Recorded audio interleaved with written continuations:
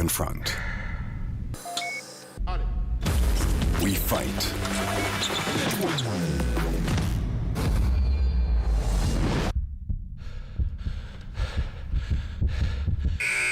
We win.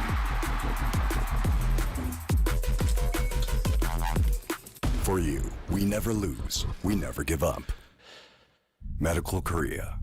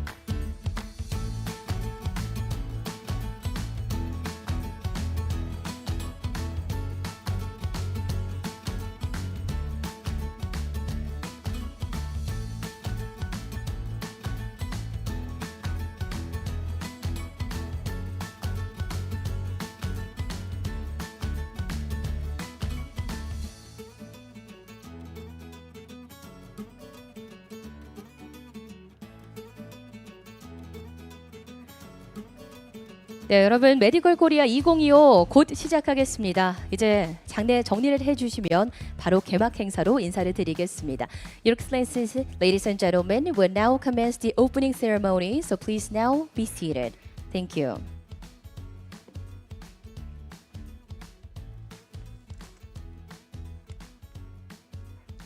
네, 여러분 안녕하십니까?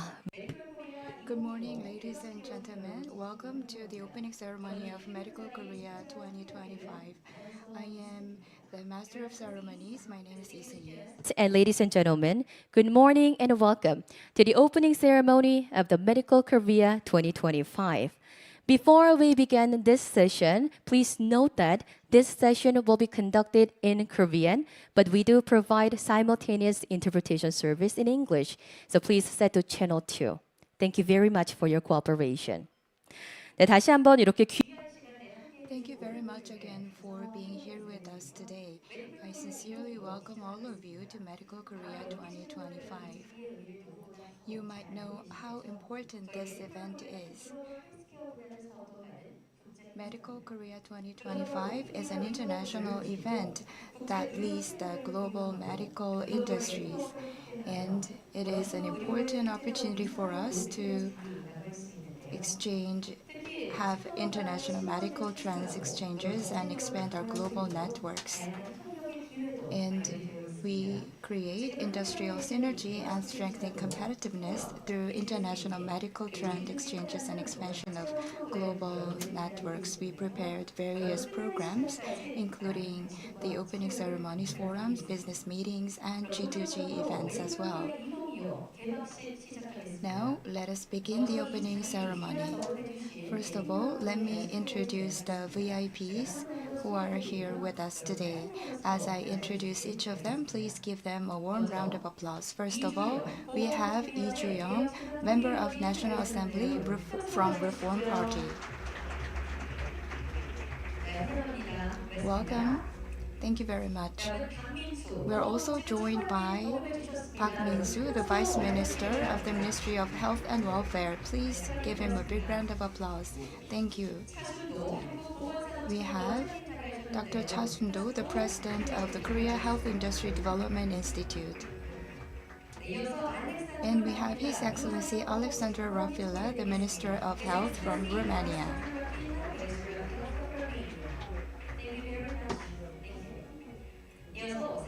We have His Excellency Sami Al-Sadan, the Ambassador of Kingdom of Saudi Arabia in Korea.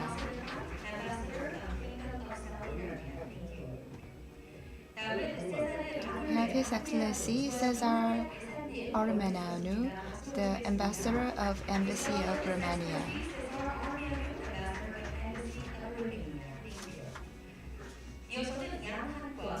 We have Mr. Yang Han-kwang, the President of National Cancer Center.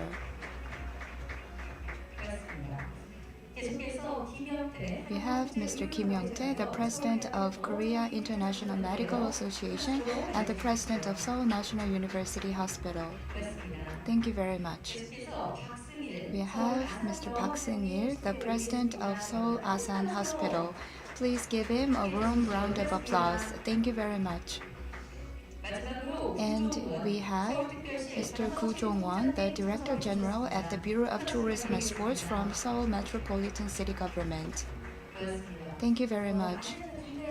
We have many other distinguished guests and speakers from home and abroad.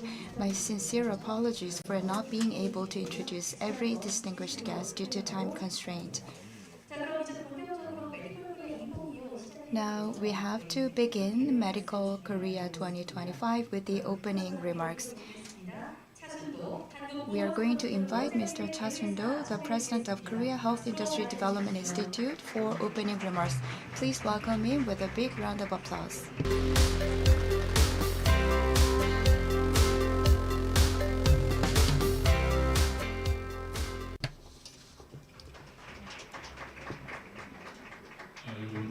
Ladies and gentlemen, good morning. My name is Cha Sun-do, President of the Korea Health Industry Development Institute, KHID. First of all, I would like to express my sincere gratitude to a member of the National Assembly Reform Party, Lee Ju-young, Vice Minister of Health and Welfare, Park Min-soo, Minister of Health of Romania, Alexandru Rafila, Saudi Arabian Ambassador to Korea, Sami Al-Sadan, and the heads of diplomatic missions in Korea. And also, I am very grateful to the recipients of the Merit Awards for their dedication to the advancement of Korean healthcare and all the participants from home and abroad joining us for this event. This year marks the 15th Medical Korea Conference. And the Medical Korea, since its inception in 2009, and following the approval for attracting foreign patients, well, this event has played a key role in spreading global healthcare trends. And also, under the theme of cross-border healthcare, it has focused on addressing intractable diseases and expanding medical sharing to improve global healthcare equity. But the Medical Korea Conference must now move beyond being just an annual conference and enter a new stage of transformation. As everything has ups and downs, The foreign patient attraction initiatives have not always followed an upward trend. And now, we must explore how Korean healthcare can be innovated to set a new direction for the industry. And Medical Korea's K-Medical must stand alongside K-pop dramas and food as a pillar of the K-wave, establishing Korea as a healthcare leader. And Medical Korea 2025 will move beyond its traditional focus on global healthcare academic exchanges, business, and G2G events, taking steps to strengthening Korea's status as a global healthcare leader.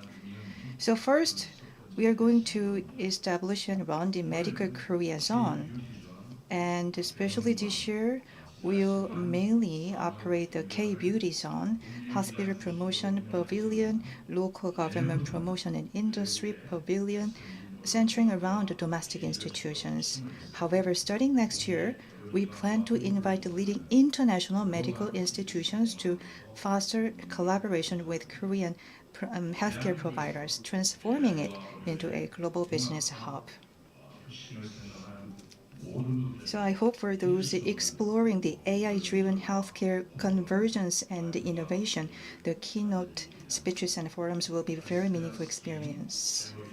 So I am very looking forward to the presentations by Chief Information Officer of Emory University, Alistair Erskine, and Professor of Nanyang University, Park Seung-min.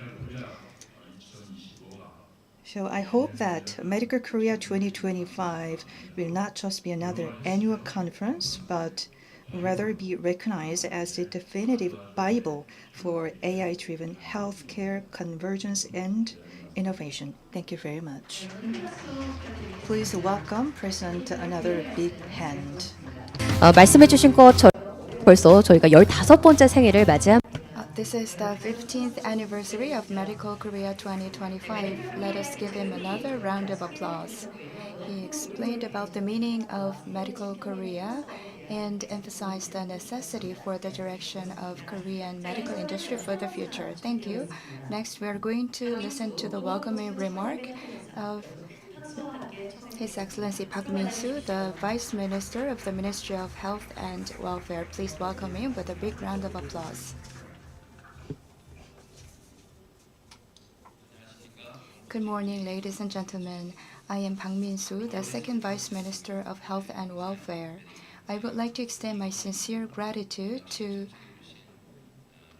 His Excellency Alexandru Lafala, the Romanian Minister of Health, and I would like to welcome Lee Ju-young, the member of National Assembly, the Reform Party, Mr. Kim Young-tae, the President of Korea International Medical Association, and all the distinguished guests from home and abroad, including the ambassadors in Korea.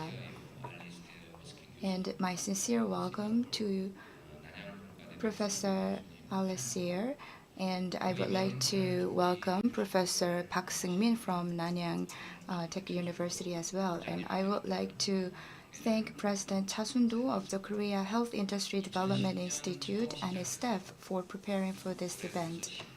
Medical Korea began in 2010 and now marks the 15th anniversary, which is being held for 4 days under the theme of AI-powered personalized healthcare integrating into our daily lives. AI is triggering widespread social, economic, and cultural changes and has become a universal technology used in everyday life. It is now providing us with personalized medical services. This conference will be a very good opportunity to gain insights from many scholars on the changes and future prospects of the global healthcare industry led by AI. Distinguished guests, Korea is leading the global healthcare industry with its world-class medical infrastructure and technology. South Korea began to attract foreign patients at a large scale from 2009. Back then, the number of foreign patients treated in South Korea was around 60,000, but in 2023, the number increased 10 times to reach 600,000. And in 2024, the number of such patients is expected to reach about 1 million. This is the evidence that the world recognizes the excellence of Korean medicine and that Korea has positioned itself as the hub of medical tourism in Asia. In fact, Korea has the highest level of major health indicators among OECD countries, including the survival rate of cancer patients and life expectancy. And we will continue to share and support these technologies with the world as we have world-renowned capabilities in terms of the treatment of severe and complex diseases such as cancer and organ transplantation. And this is why many medical professionals from across the world are visiting Korea for trainings, and such countries include Saudi Arabia and other Middle Eastern countries. A few days ago, such a trend was witnessed in a KBS documentary titled A Middle Eastern Doctor in Korea, the story about a Middle Eastern doctor receiving trainings in Korea. And 249 Korean medical institutions have entered 35 countries as well. Especially Seoul National University Hospital has made its way to UAE and is now operating the Sheikh Khalifa General Hospital for more than 10 years, which is the first medical institution in that country to be operated by a non-UAE hospital. And this shows that the excellence of Korean medical technology is being recognized. And we will further expand our smart healthcare systems, and we're going to improve our medical systems to enhance the convenience of foreign patients as well. We're going to improve the visa system for foreign patients, and we will expand the evaluation and certification of medical institutions. And we will spare no effort to improve the quality and safety of medical services for foreign patients. We will also provide various support to improve the quality and safety of medical services by focusing our capabilities on the AI-based healthcare industry. And this is why we are holding the international conference Medical Korea every year, with the main theme being AI. This is an important platform to discuss the future direction of global healthcare industry, and I hope that we will seek international cooperation in the healthcare industry through this conference. Let me welcome you again sincerely. Thank you very much for your attention. Thank you very much. Please give him a big round of applause. His welcoming remarks remind us of the fact that we have brighter future for the Korean medical industry. 개최를 축하하기 위해서 So now, to celebrate the successful hosting of this event, our distinguished guest will deliver congratulatory remarks. So first of all, we'll have a congratulatory address from Lee Ju-young, member of the National Assembly Reform Party. Please welcome him with a big hand.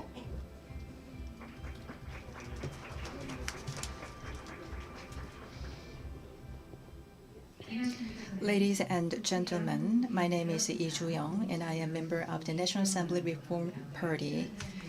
And it's a tremendous honor for me to be here. And also, I would like to express my sincere congratulations and gratitude to the President Cha Sun-do of the K-hiri and all the organizers. And this year, 2025, is themed with biotech and digital health, which is a very important topic. And this is about all the researchers' activities working together in various areas to find the next growth engine for Korea. So bio and healthcare is a really important element in this country. And for the last 15 years, and all the people have have taken a high level of interest in this area. So I am very grateful to your support and interest. And there is an old saying in Korea, although we do have a lot of elements, it would be meaningful if we put them together. Yes, we do have a lot of resources and elements, but to produce some meaningful results, we need to make them integrated. So I hope that this event will be a great opportunity to collaborate together, making a great synergy effect. So at the National Assembly level, I will do my best to promote the development of the healthcare industries by promoting some deregulations for this sector. But now we are entering the new era of AI. So healthcare will be a great important element for the next big round of growth in this new AI era. Once again, thank you very much for your presence, and I hope that we can take the journey together to usher in a new era of AI in Korea. And again, big congratulations and thank you very much. Thank you very much, and please give her another big round of applause. Well, we believe that it is becoming really important to collaborate in the healthcare sector, and thank you very much for your remark. 국민의힘 Next, we would like to invite Kim Lee, the member of National Assembly People Power Party, for congratulatory remarks. Although she could not make it here, she sent us a video message. Good morning, ladies and gentlemen. I am Kim Lee, the member of National Assembly People Power Party. Let me congratulate the opening of the 15th Global Healthcare and Medical Tourism Conference, Medical Korea 2025. And I would like to extend my sincere gratitude to His Excellency Jo Kyu-hyung, the Minister of Health and Welfare, and Mr. Cha Sun-do, the President of Korea Health Industry Development Institute, for preparing for this event. And I would like to extend my sincere gratitude to all the distinguished guests from across the world.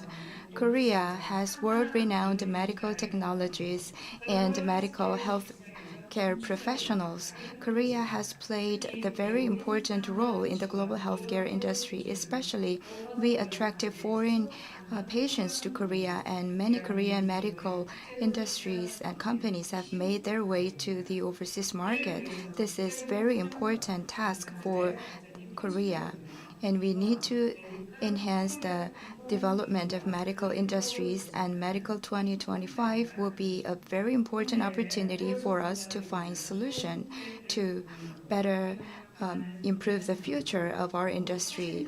And through the discussions we have with the world-renowned experts today, we will be able to find the solution. And we hope that the Korean medical industry will further develop through the active support by the Korean government and the Korean National Assembly as well.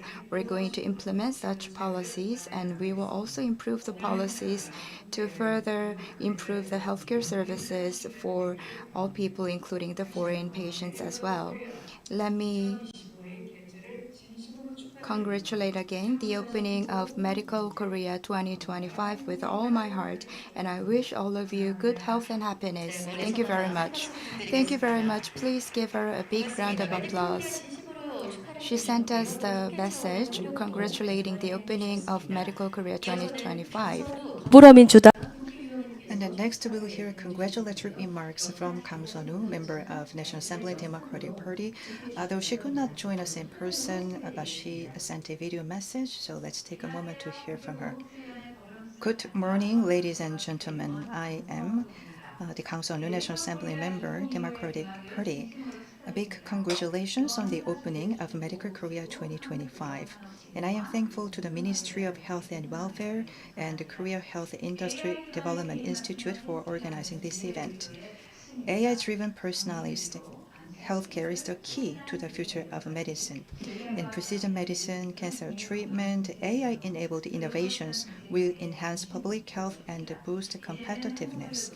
Now, Korea's medical industry must keep pace with global trends and lead the way. And I hope this event strengthens our healthcare competitiveness and expands Korea's global presence. And as Secretary of the Health and Welfare Committee, I will continue to support these efforts. Congratulations again, and I support Medical Korea 2025 in leading global healthcare. Thank you. Please give her a big hand. Well, she mentioned the importance of strengthening the Korea's healthcare industry's competitiveness. And thank you once again. And we are going to hear congratulatory remarks from His Excellency Alexandru Rafila, Minister of Health of Romania.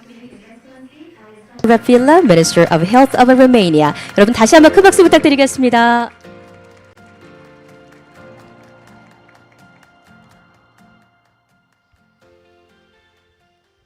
Thank you.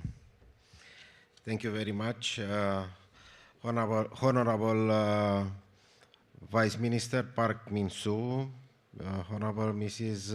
Lee Yong-gyong, Member of National Assembly, distinguished organizer and guests, ladies and gentlemen. It's a great privilege to be here today in South Korea, a country renowned for its advanced healthcare system and technological innovation. Romania firmly believes in collaborative engagement within the framework of WHO programs of work, aligning our efforts to the global health improvements. We are here to engage with South Korean colleagues and counterparts, leveraging this opportunity to increase collaboration across various sectors, with a shared goal of enhancing global health practices. Potential areas for collaboration between Romania and Korea include best practices in hospital digitalization. We are currently launching the first Romanian national strategy for digital health, developed with technical support from WHO. This strategy and current investment are aimed of improving patient care through advanced digital technology, integrated electronic health records, and automatic hospital management systems.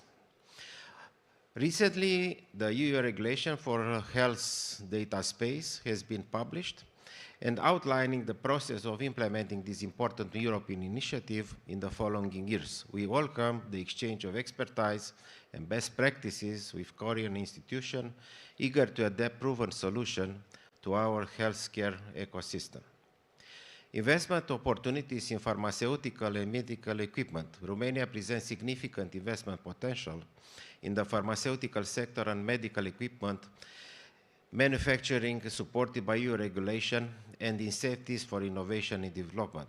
It is a current priority of the Romanian government to encourage the development of the pharmaceutical industry in our country. We warmly encourage Korean companies and investors to explore partnership opportunities within health sector, highlighting our openness and supportive investment environment. Telemedicine and accessibility of medical services, improving healthcare accessibility is in underserved areas is a strategic priority for Romania, which contributes greatly to achieve universal health coverage. We are keen to learn from South Korea's successful telemedicine models and apply these insights in pilot project aimed at ensuring healthcare reach all citizens regardless of geographic location. And the fourth domain we consider priority is enhancing medical expertise through exchange programs and other academic collaboration. Continuous professional education and exchange of medical expertise are cornerstone of high-quality healthcare services. Our strong academic community in Romania in the field of health, being represented here by my colleague and friends, Professor Leonard Azamfirei, it's a reliable partner for international collaboration in the field of health. The Ministry of Health strongly supports the development of educational and professional exchange programs with Korean universities and medical institutions, fostering learning and advancing medical research and practice. We extend and heartfelt thanks to an ambassador of Romania, Mr. Armanu, the ambassador of Romania in the Republic of Korea, for his unwavering support. Please allow me to introduce my colleagues from the Romanian delegation. And first, I want to introduce Professor Leonard Zanfirei, Rector of the University of Medicine from Târgu Mureș, University of Medicine, Pharmacy, Science and Technology. And his vision continued to drive positive change in the medical sector, in the Romanian medical sector, impacting not only the academic community, but also the healthcare landscape on the global scale. And also, I want to introduce my colleague, Mrs. Gheonghi Teoro, Counselor in the Ministry of Health of Romania, whose expertise extends beyond the healthcare sector to energy and sustainable development. Her skills are especially relevant to the interdisciplinary conversation taking place at this conference. Thank you, and I look forward to fruitful discussion and strengthened collaboration between Romania and Korea. Thank you for inviting me, and I'm honored to be together with you. Thank you. Your Excellency, thank you. 여러분 큰 박수 부탁드리겠습니다. Please give him another big round of applause. Thank you very much. And he mentioned the importance of strengthened the healthcare-related collaboration. Next, I would like to invite Mr. Kim Young-tae, the President of Seoul National University Hospital, for his congratulatory remarks. Please welcome him with a big round of applause.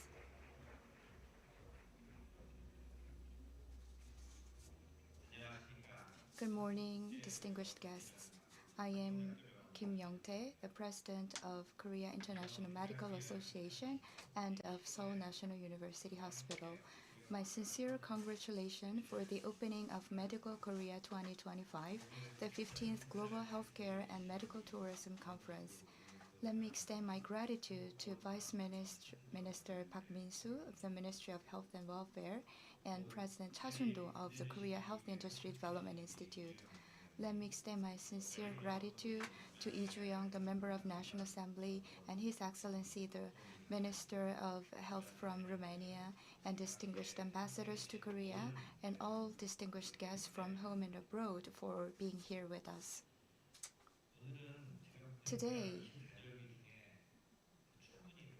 Today is the day where we celebrate the opening or beginning of spring. And today is also the International Day of Happiness established by the United Nations. Health is the most important element of happiness, and the knowledge and information we share today will bring a happier life to many patients and their families around the world. In 2010, the Korea International Medical Association was launched as a corporation officially approved by the Ministry of Health and Welfare. It is the only private organization in Korean global healthcare industry joined by major general hospitals and specialized hospitals nationwide. Our role is to coordinate the medical services and policies with the needs of the medical field, and we have made efforts for furthering the international cooperation and efforts for the development of medical industries.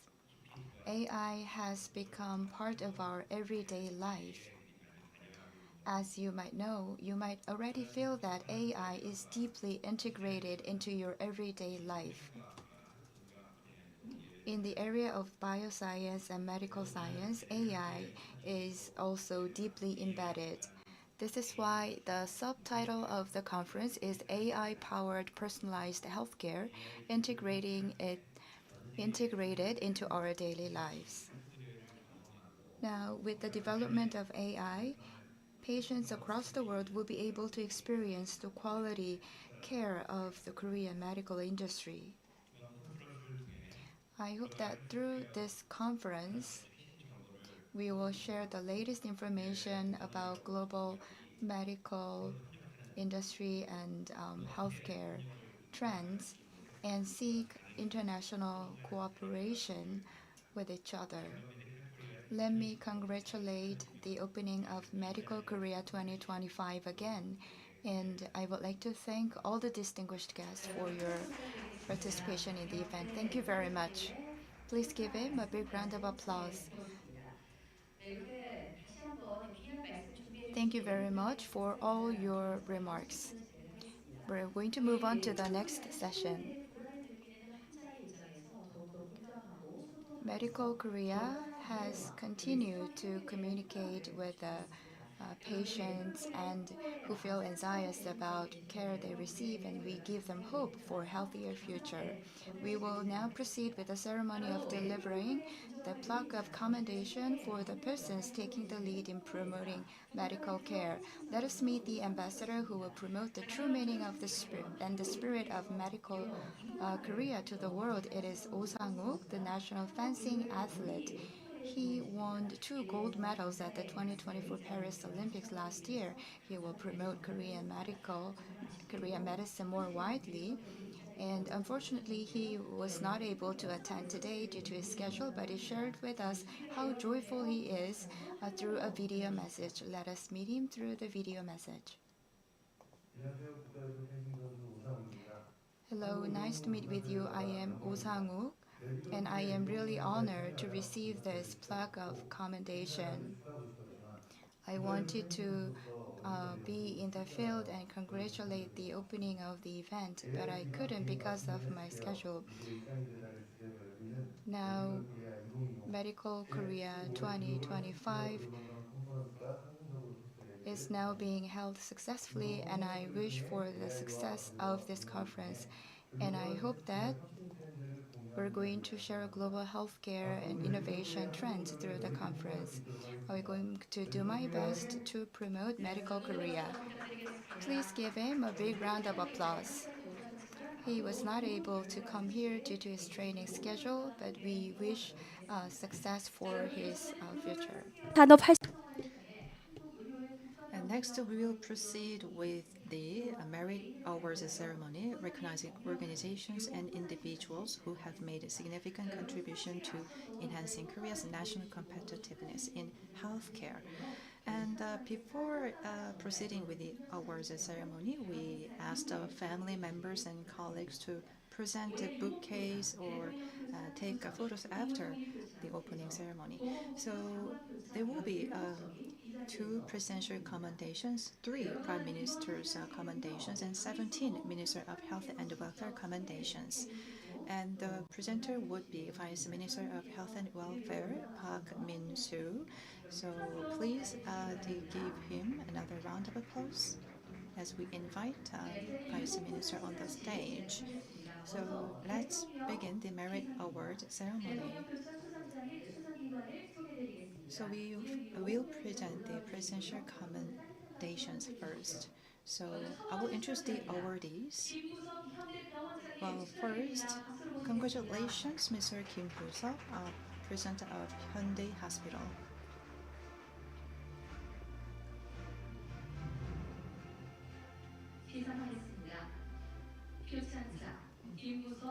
So presented to Kim Boo-seok, President of Hyundai Hospital.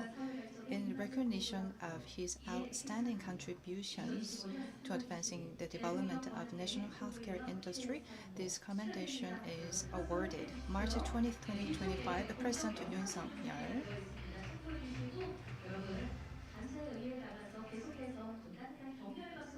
So please continue, give the big round of applause to congratulate. So we'll take some photos here.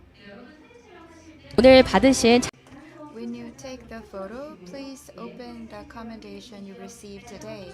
Please give them a big round of applause again. Congratulations.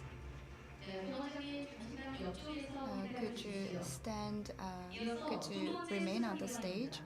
Next, the second awardee, Hwasun Jeonnam University Hospital. Please welcome him with a big round of applause.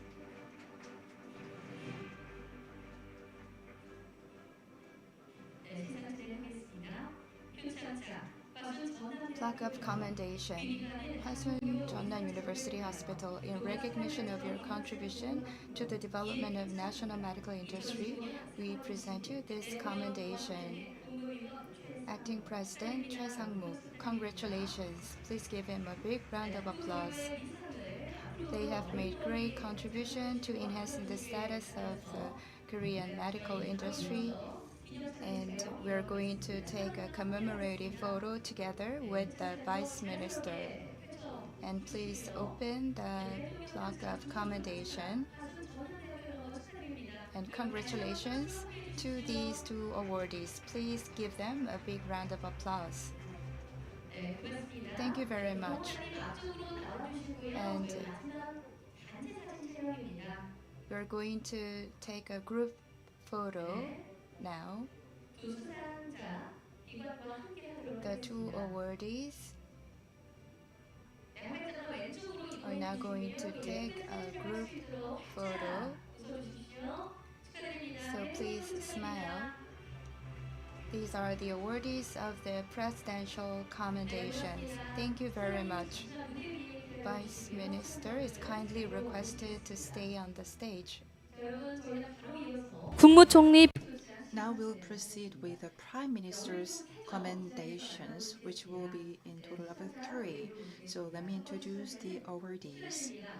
First of all, Bang Hyo-so, Administrative Director of Sihwa Hospital.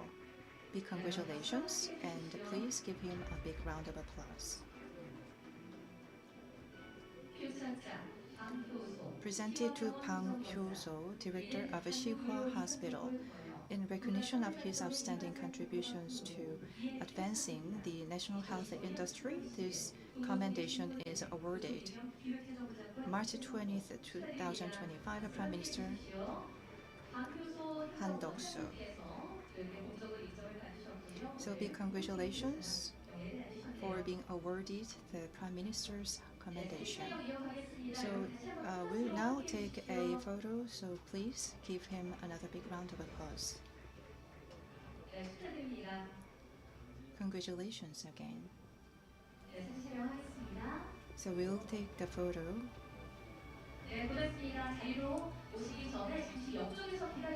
And thank you very much, and please be waiting a little bit for a group photo. And next awardee is the Gangdong Gyeonghi University Hospital. Please give a big round of applause.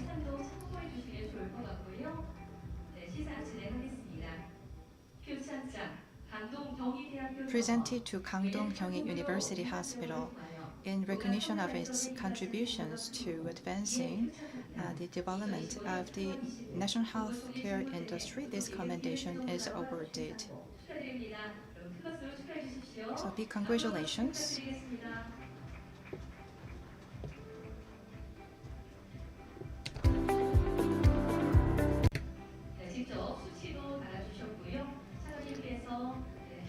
So congratulations again. So we are going to take a photo here. So the Gangdong Gyeonghi University Hospital is being awarded. So please give the biggest smile. Thank you very much.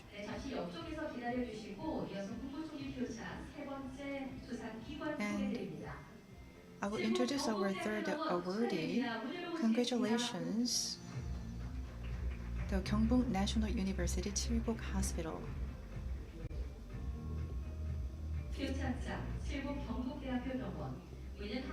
Presented to the Gyeongbuk National University Chilguk Hospital. So in recognition of its outstanding contributions to the development of Korea's healthcare industry, this commendation is awarded. So big congratulations. And we truly believe that we'll continue to do your best to advance Korea's healthcare industry. So please give them another big round of applause.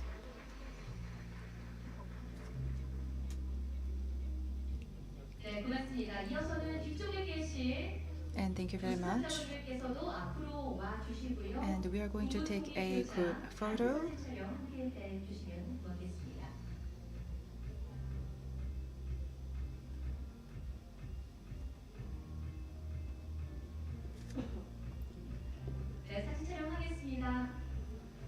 So please join us for this group photo, and please give your the biggest smile at the camera.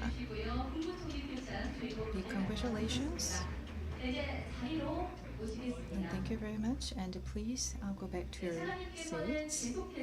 And the Prime Minister will stay at the stage continuously. 법인은 Now we're going to present the awardees with the minister's commendation. First of all, the Sungwang Medical Foundation, please come forward to the stage. Sungwang Medical Foundation, in recognition of your contribution to attracting foreign patients to Korea and helping Korean medical industry entering the overseas market to promote the excellence of the Korean medical care across the world, we award you this commendation. Cho Kyu-hong, the Minister of Health and Welfare. Congratulations. Now he has just received the minister's commendation. The first awardee was Sungwang Medical Foundation. Please face the camera. Congratulations, and please wait on the stage. Next awardee is Busan Metropolitan City Government. Congratulations. The content of the commendation is the same as the previous one. Cho Kyu-ho, the Minister of Health and Welfare. Congratulations. And let us take the commemorative photo. After taking the photo, you could go back to your seat. Thank you very much. Next awardee is Korean Medical Research Institute. Congratulations. Korean Medical Research Institute. The content of the commendation is the same as the previous one. Cho Kyu-ho, the Minister of Health and Welfare. The third awardee was Korea Medical Research Institute. Now we will take a photo. Please show us your smile, and thank you very much. And please go back to your seat. Next awardee is Gyeonggi International Medical Association. Please welcome him with a big round of applause to the stage. Gyeonggi International Medical Association, the minister's commendation. Congratulations. Please give him a big round of applause. Gyeonggi International Medical Association has now received the minister's commendation. Congratulations. We have in total 12 awardees. We have just presented the awards to 4 awardees. Please wait a little more. And next awardee is Daejain Hospital. Please give him a big round of applause.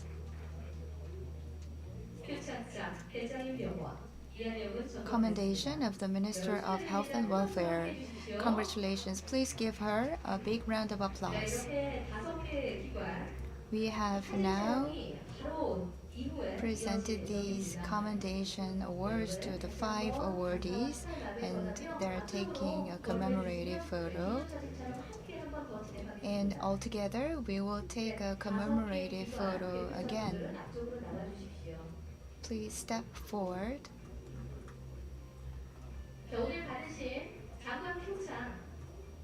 And you have received the commendation from the Minister of Health and Welfare. Please give them a big round of applause. Congratulations.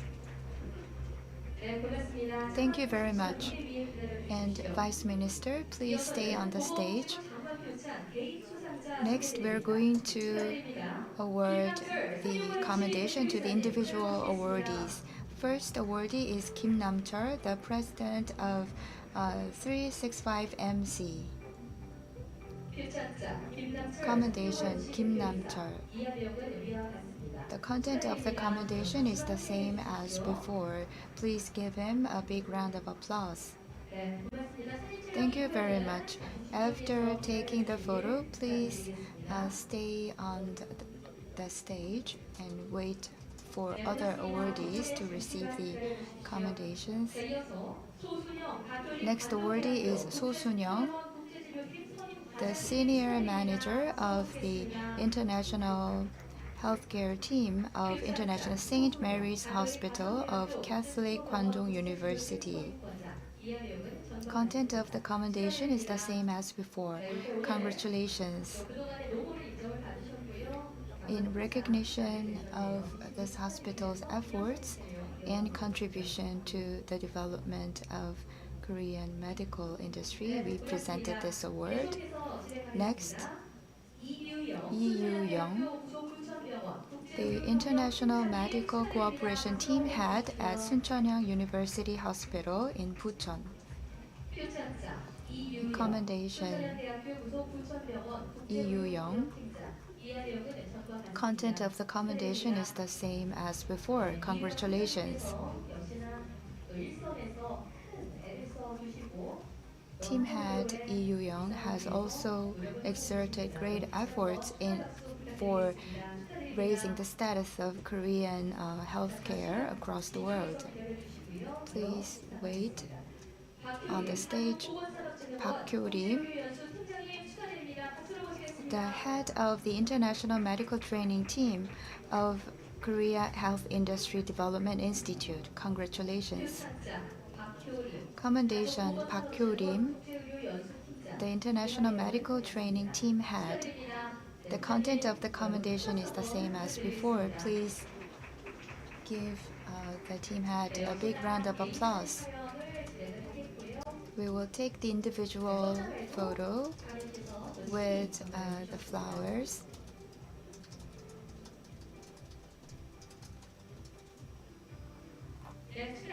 Congratulations. Next awardee, Seo Young-jun, a professor of Severance Christian Hospital in Wonju.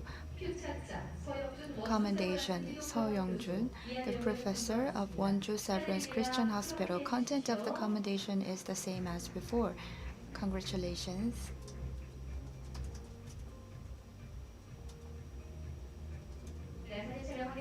And we will take a photo. Please wait on the stage. And Son Soo-jin, researcher of the Korean Health Industry Development Institute. Commendation, Son Soo-jin, researcher from the Korea Health Industry Development Institute. Congratulations.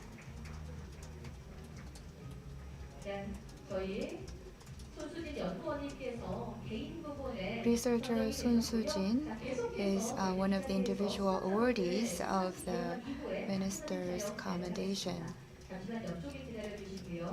Later, we're going to have a group photo. And next, Park Jin-young, Foreign Patients Attraction Planning Team Head from the Korea Health Industry Development Institute. Commendation, Park Jin-young. The content of the commendation is the same as before.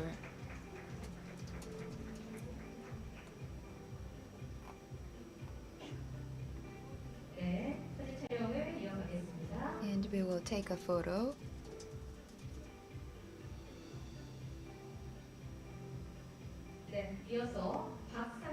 Next, Park Sang-jong, Director of International Healthcare Center of Bundang Jaeseng Hospital. Commendation, Park Sang-jong, the Director of International Healthcare Center of Bundang Jaeseng Hospital. The content of the commendation is the same as the previous one.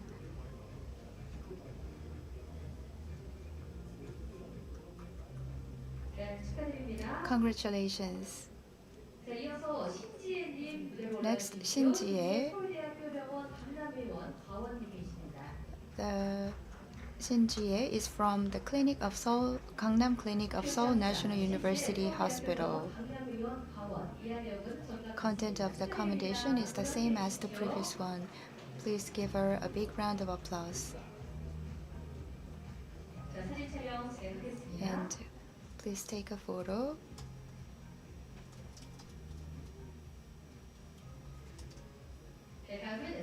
Next, Chae Han, professor of the School of Korean Medicine at Busan University.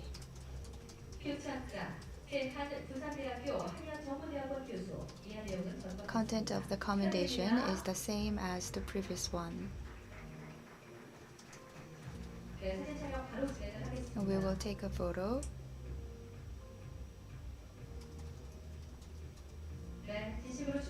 Congratulations. Next, Yoon Young-seok, the president of Chaseng Medical Academy from Chaseng Medical Foundation.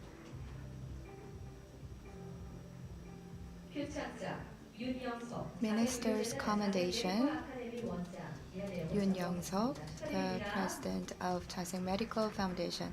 Congratulations.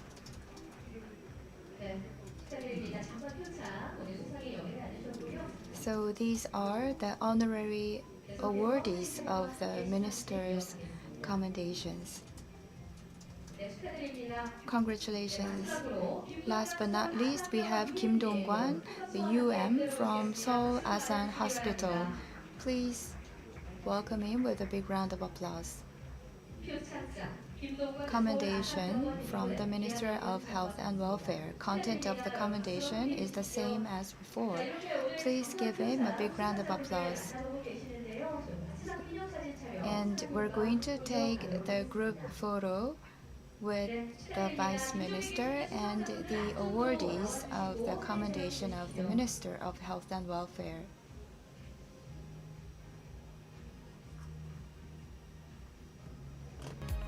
네, 오늘 받으신 장관 표창 앞쪽으로 Please open the minister's commendation you received today and let us take a group photo.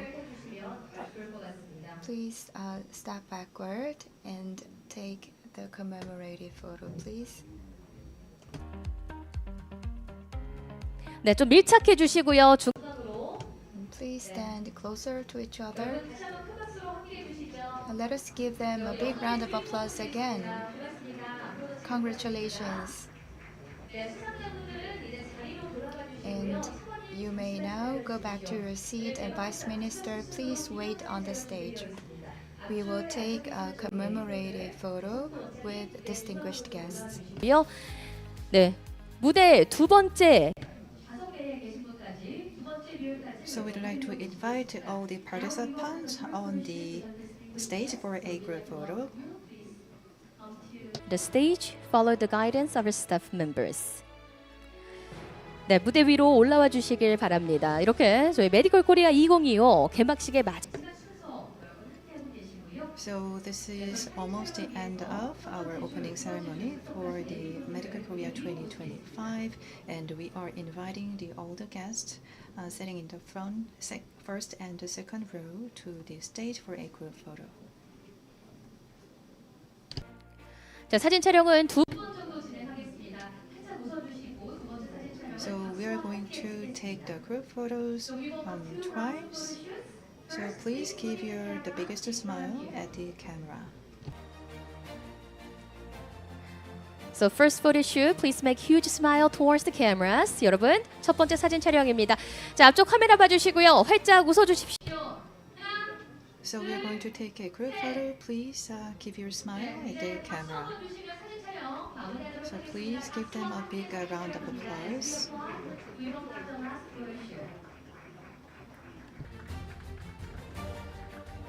네, So congratulations to the award recipients with commendations presented by Acting President and Acting Prime Minister Choi Sang-mo and Minister of Health and Welfare Cho Kyu-hong, and thank you very much. 2025. 네, 여러분 저희 잠시 And then we are going to move into the second part of this ceremony with some keynote speeches after clearing the stage. So please stay with us.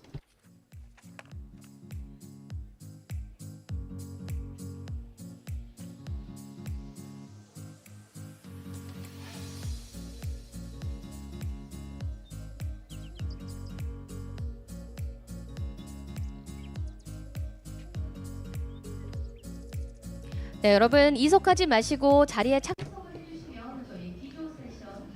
So we are going to start the keynote speech pretty soon, so please stay at your seat. It would be appreciated if you just stay in your seat.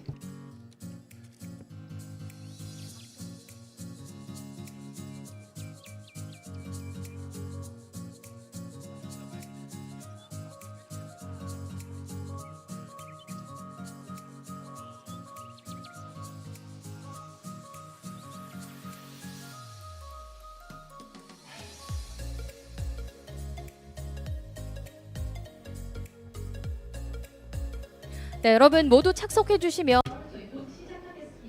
So please take your seat. We are going to begin to listen to the keynote speeches pretty soon. keynote speech. So now please be seated. Please maintain seated and we'll soon commence our keynote speech here at this venue.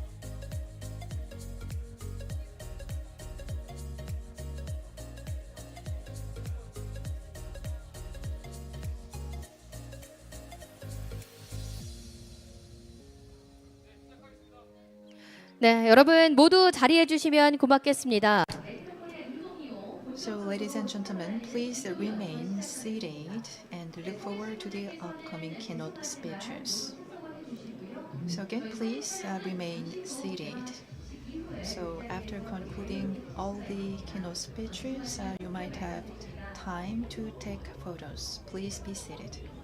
네, 이제 모두 착석을 하시면 저희 기조 연설 시작하겠습니다. So we are going to start the second part of this ceremony. 자, 여러분 이번에 처음으로 만나게 되실 여기 The keynote address will be presented in English, and if you need translation into Korean, please set the channel on your receiver to channel number 1. 자, 여러분 모두 이제 착석을 부탁드립니다. And please take your seat.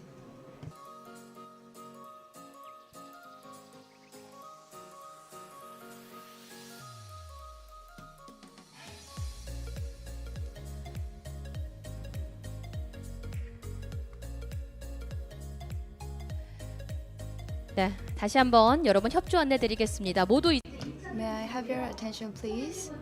Please take your seat as we are shortly going to begin the keynote address.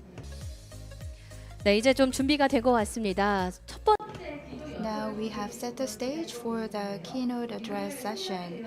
I am really honored to introduce to you the first keynote speaker. The first keynote address for Medical Korea 2025 is about pioneering healthcare faculty and student experiences through data and digital. Let me invite Dr. Alistair Erskine, the digital pioneer and the Chief Information Officer of Emory University and Emory Healthcare. Please give him a big round of applause. 아,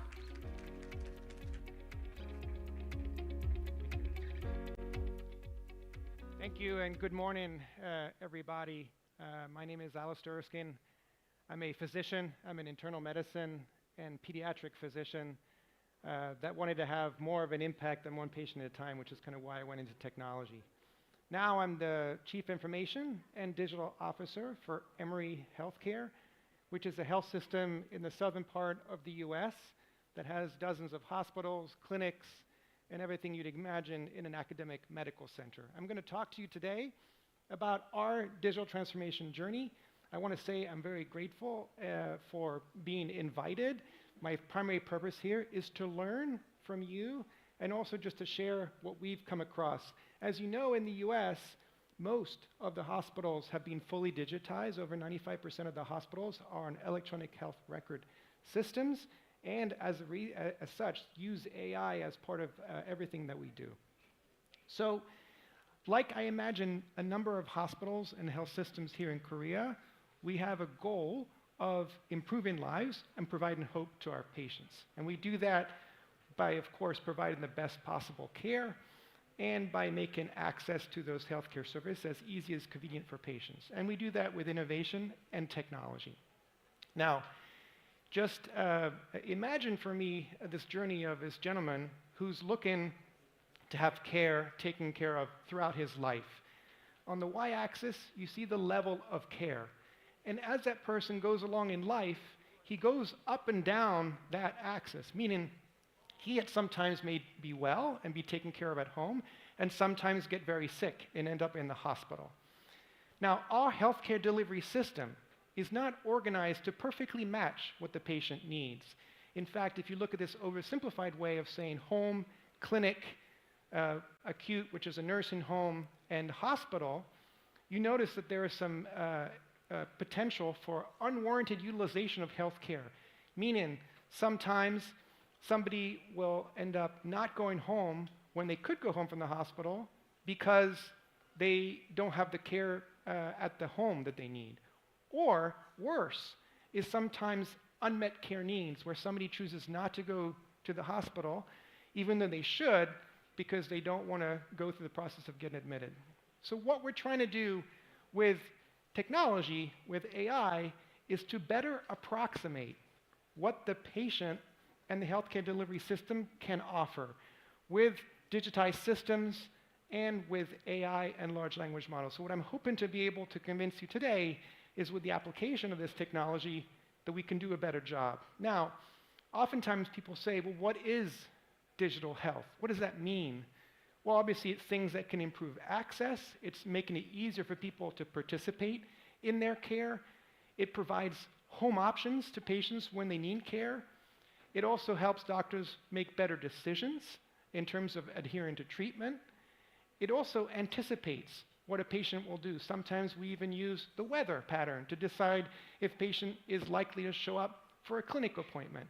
It helps us diagnose images in terms of having the computer first do the diagnosis and then a radiologist do diagnosis afterwards.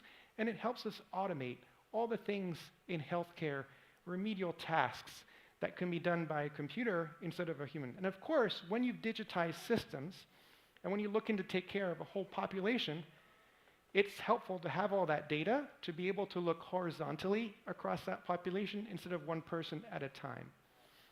Now, why are we motivated to innovate in healthcare?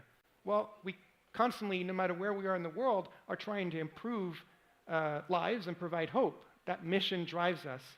Also, technology drives us. New advances in generative AI and in the Internet of Things, and into how we can put things and systems in the cloud for better scaling. But there are a number of other features that drive us to try to find better ways to take care of patients. We want to make sure the patient access is easy as possible. It makes no sense to have a great healthcare system that no one can access. We want to be able to invite virtual ways of being able to take care of patients in real time and asynchronously. And we want to make sure we address the fact that there's a shortage of healthcare workers and that shortage doesn't lead to burnout of nurses and doctors as they're trying to take care of patients. There are other reasons, but the key component of this is that we want to make sure that our patients trust us when they give us those intimate stories as they're trying to get care. And as you know, there are sometimes breaches in the healthcare system which go against that particular goal.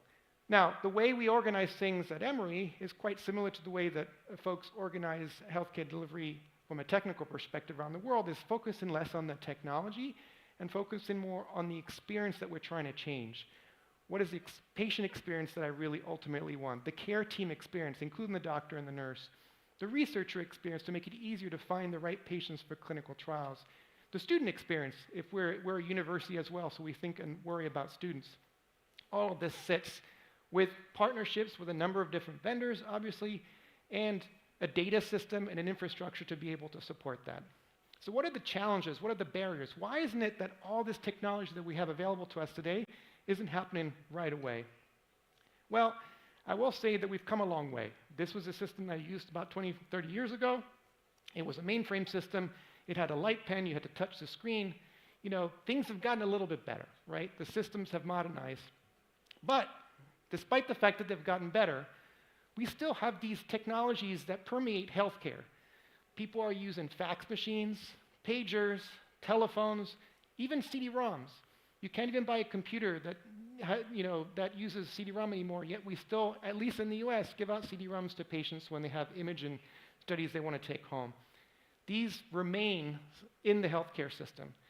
The US government, in 2008, invited hospitals to digitize, and that was a major investment that was made, and with that money came a lot of regulation. This is an example of some of the regulations about complying with some of the government things. So that, of course, generates barriers to entry when you have to not only do the transformation for the patient, but also do the transformation and keep track of the reporting.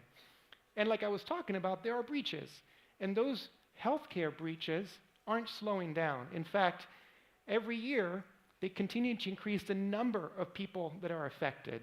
Most recently, last year in the US, Change Healthcare impacted 100 million records, which is 1/3 of the US population. Patients start to worry about having the information digitized if they worry about the fact that that's ultimately going to get breached. Also, whereas there used to be many different vendors that would help digitize a hospital, it's now come down to probably at most 3. In the US, it's Cerner, Epic, and Meditech. Those are the main systems, and with that, the innovation that typically occurs when you have many, many systems trying to compete and bring the best system, some argue that that has been stymied a bit because of having these 3 main players. Now, this all leads to clinician burnout. There are studies that show, in fact, that burnout is an important part of medicine, where people are spending half of their time in front of these systems instead of taking care of the patients. And in the US, unlike Korea, I bet, our notes are a lot longer than yours. They're longer because we have to write a note that not only gives a narrative about what's going on with the patient, but also provides all the billing information. So as you can see here, most of the US notes are the ones that are in red that are much, much longer. It's not because we like to write long notes, it's because we have to in order to get paid. Now, how do we kind of make things easier for ourselves then? Well, one of the big benefits of digitizing a system is you can provide decision support. When you provide decision support, one of 2 things can happen. You can slow the doctor down, or you can actually make their lives easier. In order to make their lives easier, you have to show why the system triggered something which is important, and that's what we do. You also have to put in whatever the action is into that alert to make sure that person doesn't have to go off and find something to do, that it's right there within their purview, and put a feedback button in that alert. It's always essential to have a feedback loop that comes back whenever you propose something to clinicians, and that feedback loop can generate some pretty cranky comments, but those are then analyzed, and then we can see over time whether those cranky comments are happening where alert suddenly started doing something very different than it was before. Is it something that broke when we upgraded the system? And we even have ways to do sentiment analysis on the comments to be able to fine-tune that decision support, a really important thing which drives the adoption of the system. The other way we get feedback from the user is something called trickle feedback. What happens is a small portion of the entire population of users gets a very simple survey once a year, but it's a different set of people each day. So in 1 year, every person's been touched once, but only once, and it's distributed across the whole year. What happens if you do that is 40% of the time somebody will give you a score, and 20% of the time they're going to give you a comment. Now those comments can be quite long as people are providing feedback the way that they want, but then because you know who it is, you can slice and dice the data and then get a much better sense about the nurses in this hospital or the doctors in that hospital, how they feel. Also, when somebody provides a comment and you respond within 24 hours, every single one that has commented, you can change the perspective of that user from being somebody who's unhappy with the system towards somebody who is surprised that you noticed their comment and then becomes more enamored with the system. This is important because it drives adoption. And when you have adoption of good systems and good training, then you can drive the kinds of quality that you're looking for. The system itself will give you data about its use in terms of, over time how people, in this case, are using the in-basket, which is the email system of the record. Are they doing it the way you would expect, or are they using it in a way that is worse than most of the other colleagues that are using the same system? So how do you do all this digitization at scale? You can use virtual systems, whether it's virtual visits or virtual consults, or something called e-visits and e-consults. That's the same concept, except one is in real time and the other one is asynchronously. And of course, you can use AI versions of this. An example of that would be conversational AI between a patient and a bot to be able to book an appointment. Or even conversational AI between a nursing staff and all the policies that that hospital has to figure out how do you draw blood and what's the best way to sign out blood for a patient. Now, this virtual care approach, which is used around the world, can do more than just provide virtual visits and e-consult. You can provide this information to the patient at the bedside when they're in the hospital to be able to have a virtual visit with a doctor that may not be at that hospital. You can take the expertise of a neurologist and put it into a rural hospital that doesn't have that expertise, so that when somebody comes in to their emergency department, they gain access to a neurologist virtually and can know whether to give treatment right away or to send the patient in to the referral hospital. This self-service is another way to scale.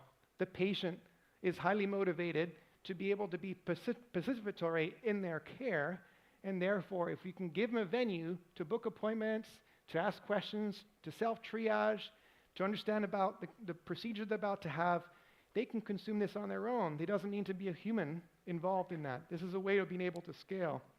Of course, you can also use technology and deep machine learning to be able to, for example, diagnose the retina and see things that humans often can't see, that a computer is best suited. In this case, a computer equally effective at diagnosing diabetic retinopathy and better at diagnosing diabetic retinopathy of patients with different ethnic backgrounds. We use something called robotic process automation, which is bots that do a very specific job, usually remedial tasks, again, that humans don't need to do. It turns out we give them names. We give them, they act like employees that work 27 hours a day, 7 days a week. They don't take vacation and don't need anything from HR. These bots are distributed throughout our system and are constantly working, and there's only a few people who manage those bots and make sure that they do what they're supposed to do and they don't break over time as we upgrade our systems. If you look at AI across Emory, this is just an example of the kinds of AI that are being used in the research space. This could be to identify patients that are eligible for clinical trials. In the operations space, in terms of being able to automatically provide an answer to an in-basket message that comes from a patient. So it automatically generates the answer and lets the clinician decide whether to send it as is, or whether to modify it. Or even other strategies when it comes to being able to help manage the operations of healthcare. So a lot of AI in use right now at Emory, just like a lot of other hospitals, again, to be able to automate the things that don't require humans. Now, the way that we break things up when it comes to developing AI is having a responsible AI committee that looks to see if the AI is appropriate or not. We had an example of a doctor who created a video of an avatar talking about a mom who was pregnant and what to anticipate in pregnancy. That group had to decide, is that okay? Are we tricking the patient when the person's actually not real and they're talking to the patient? Or is it okay to do that? And what that group decided is it's fine so long as you disclose the fact that the person that's there is actually not real and not tricking the patient, but still providing the useful information. So these are all examples of large language model solutions that are helping extract data out of an electronic health record for a quality nurse who's trying to track the number of central line infections. or the ability out of the electronic health record to be able to pull out information and convert it into a clinical note, or to be able to pull out information from the electronic health record to complete a cancer registry, a registry that's used across everybody else in the US to keep track of the kinds of cancers and the kinds of treatments that are working. We also use this platform to extend the way that we do research, not just within Emory, but across all research centers in the US. Taking structured data, like lab tests, unstructured data, like clinical notes, imaging data, including digital pathology, so not just imaging data, MRI, CT, but literally the slide that we're digitizing, and taking that digital slide, applying AI on that digital slide to diagnose something which otherwise would take an army of pathologists to be able to diagnose, and of course, DNA information. Now, we're also, in order to scale, moving things up into the cloud. That helps us scale quickly up when we have events like COVID and other catastrophes that occur, to be able to reach and not have to wait to buy things into your data center. Okay, so that's kind of the background in terms of what we're doing. Let me talk a little bit about what we've accomplished. And I'm going to break things down into what are we doing to really run, grow, and transform our systems. So I'll have you meet a patient called Jay Wu. He turns out he's got kidney problems. He was able to get a referral from his doctor through an online referral process. Now, he only speaks Korean, but he was able to go onto the portal and book his appointment in that language, and he was able to book it online. Now, when he arrives for his procedure, there are video calls that are occurring so that he can interact with the team, and he can consent to his procedure electronically. All that is captured electronically. And in fact, because he only speaks Korean, we have access to 250 different languages with a video medical interpreter through his phone and in his room, which means somebody comes up, because as you know, that hopefully today, you're seeing that communication is two things: the words that are being said and the body language that's trying to say it. So in medical interpretation, it's really important to have the video as well as the listening aspect of things. Now, at Emory, we put wristbands on patients that let us know where they're located. So when the doctor goes to their room, they don't waste time if they're in radiology. They'll know where they're located at any point in time. And the application that the patient has tells them where that clinic is located in a big hospital complex. So they show up in their car, they drive in the parking lot, they stop, and then it tells them, make a left, make a right, go upstairs, take the elevator to get them to that clinic. Because oftentimes these buildings weren't built with the end in mind. So when they're in the room, when this patient is in the room, there are cameras in the room. They're AI cameras. They're special because they have a LiDAR sensor. So what that means is that, as you know, patients sometimes when they come to the hospital and they're sick, or they're given medications that make them dizzy or confused, they sometimes fall out of bed. And when they do fall out of bed, they get injured. This happens not infrequently at Emory, and I know it happens throughout the world. These cameras can tell you 45 seconds before a patient falls. It detects the facial expression and the motion of the patient as they're trying to wiggle out of bed, and it will tell the nurse and the nursing staff this patient is about to fall and recruit that staff into that room. We are now finding that it's reducing our fall rate by 80%. And of course, we don't want people to harm themselves when they come to our hospital.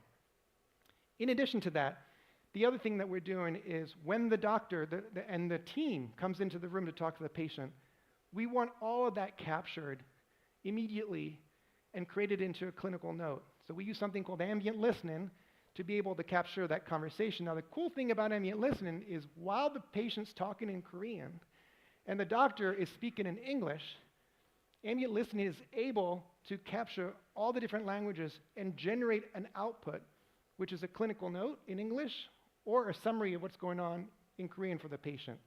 These are incredible technologies that are really helping out. And really, if you think about the hospital room of the future, you really have to start embedding into any new hospital ambient technologies, the ambient audio that's going to capture everything that's happening in that room, the ambient video that's going to make sure the patient doesn't fall, and it virtualizes that room. So now the physician that's in another hospital can consult with that patient virtually. The family can visit with that patient virtually because there's a camera there that they can access to see the patient. The video medical interpreter can come into that room whenever there needs to be one. So these are all ways to make sure that we know what's ambiently going on in that room. The fact that there's real-time location services, meaning when somebody walks into that room, it pops up on the TV who just walked in. For a patient, it's hard for them to know who's their doctor, who's their consultant, who's the medical student. But if somebody walks in that room and it pops up on the TV, I'm your doctor, I'm the resident, I'm somebody on your team, it makes it easier for them to understand.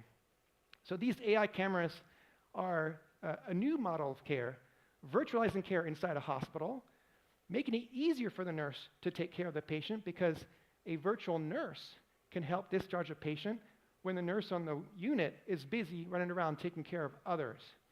We've measured this, and the patient experience is a lot better, and the nurse experience is better, which is important from a workforce perspective.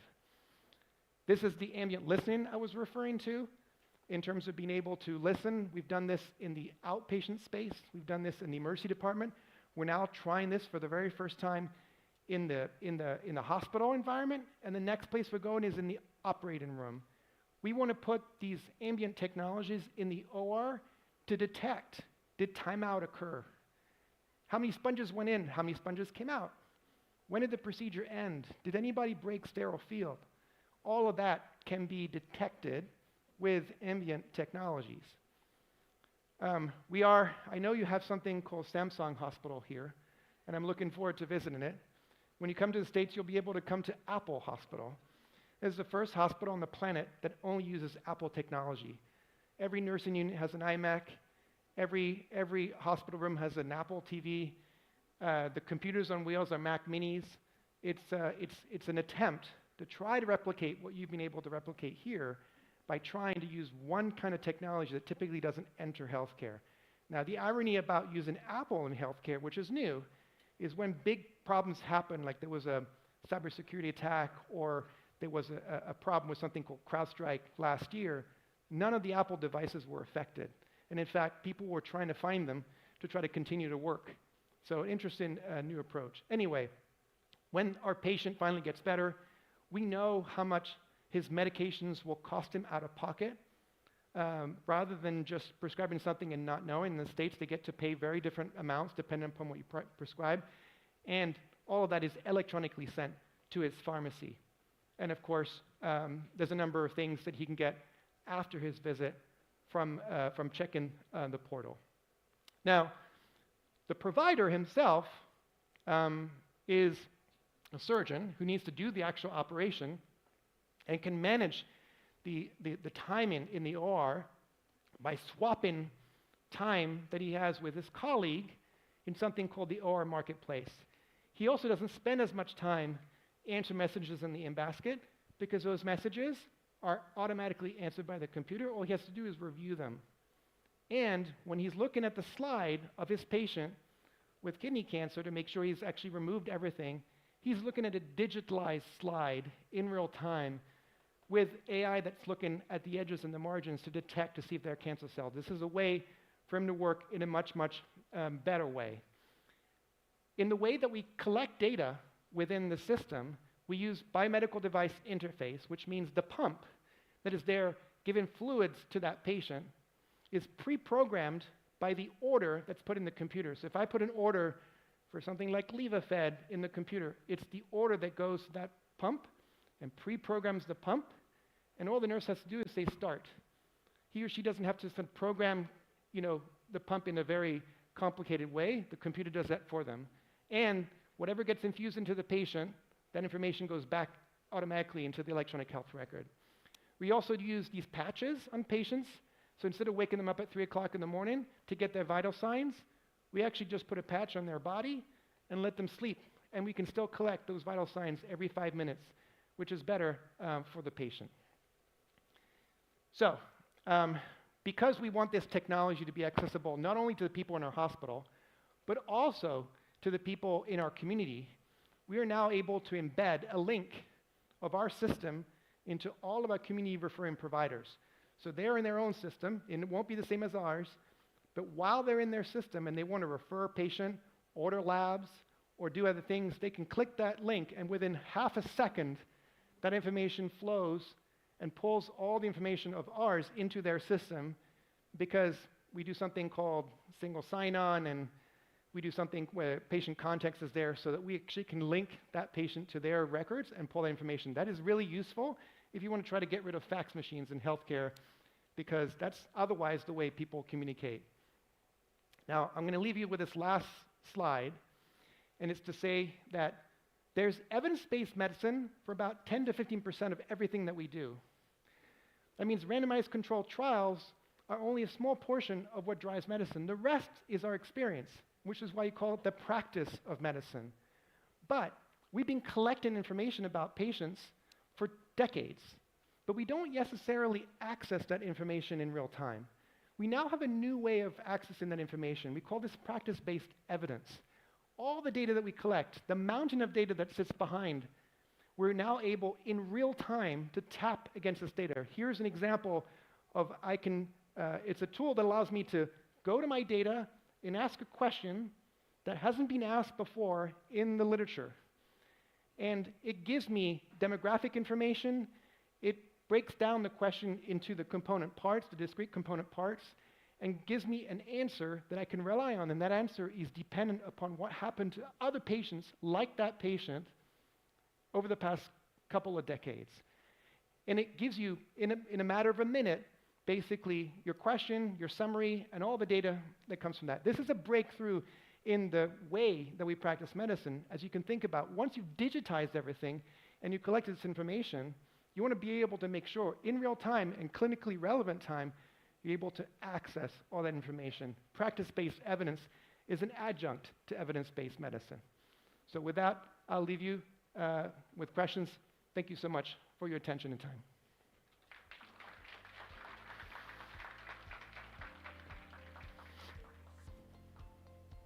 Thank you very much for those meaningful words, and you may return to your seats. Thank you. Thank you. If you want to stay on the stage, you can. But yeah. 고맙습니다. 여러분 다시 한번 큰 박수 부탁드리겠습니다. 이렇게 첫 번째 강연 정말 멋지게 또 Thank you very much for the keynote address. He shared with us how generative AI is being applied to the field of our healthcare.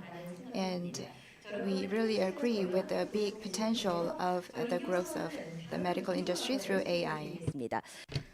So let's move on to the next keynote speech.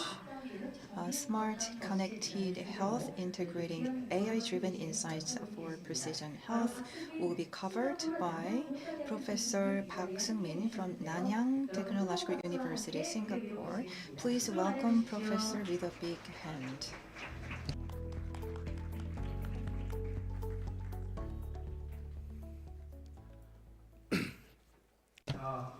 It is my honor and privilege to share one of my work at Nanyang Technological University.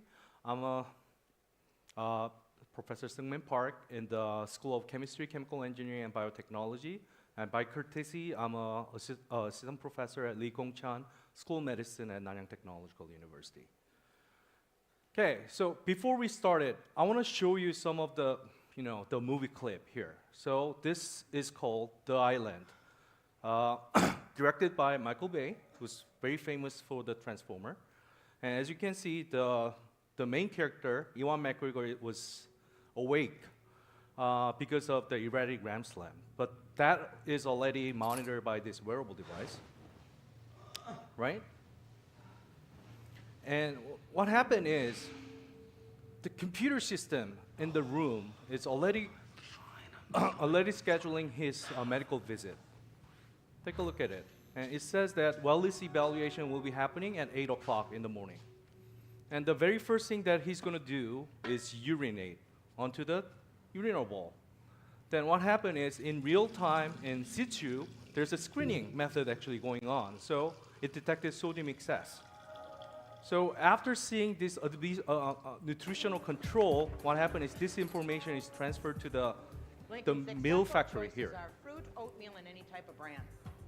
No bacon today. You got a nutrition flag means no Because bacon. there's a on that case. nutrition lighting, Two right? eggs over easy, not too runny, and a side of sausages. All right. Maybe some So French what's toast happening with here powdered is sugar. I'm showing you an You ain't cute, example. and I got no time for your lipstick. People Sacco. already thought about this like a long what's time going ago.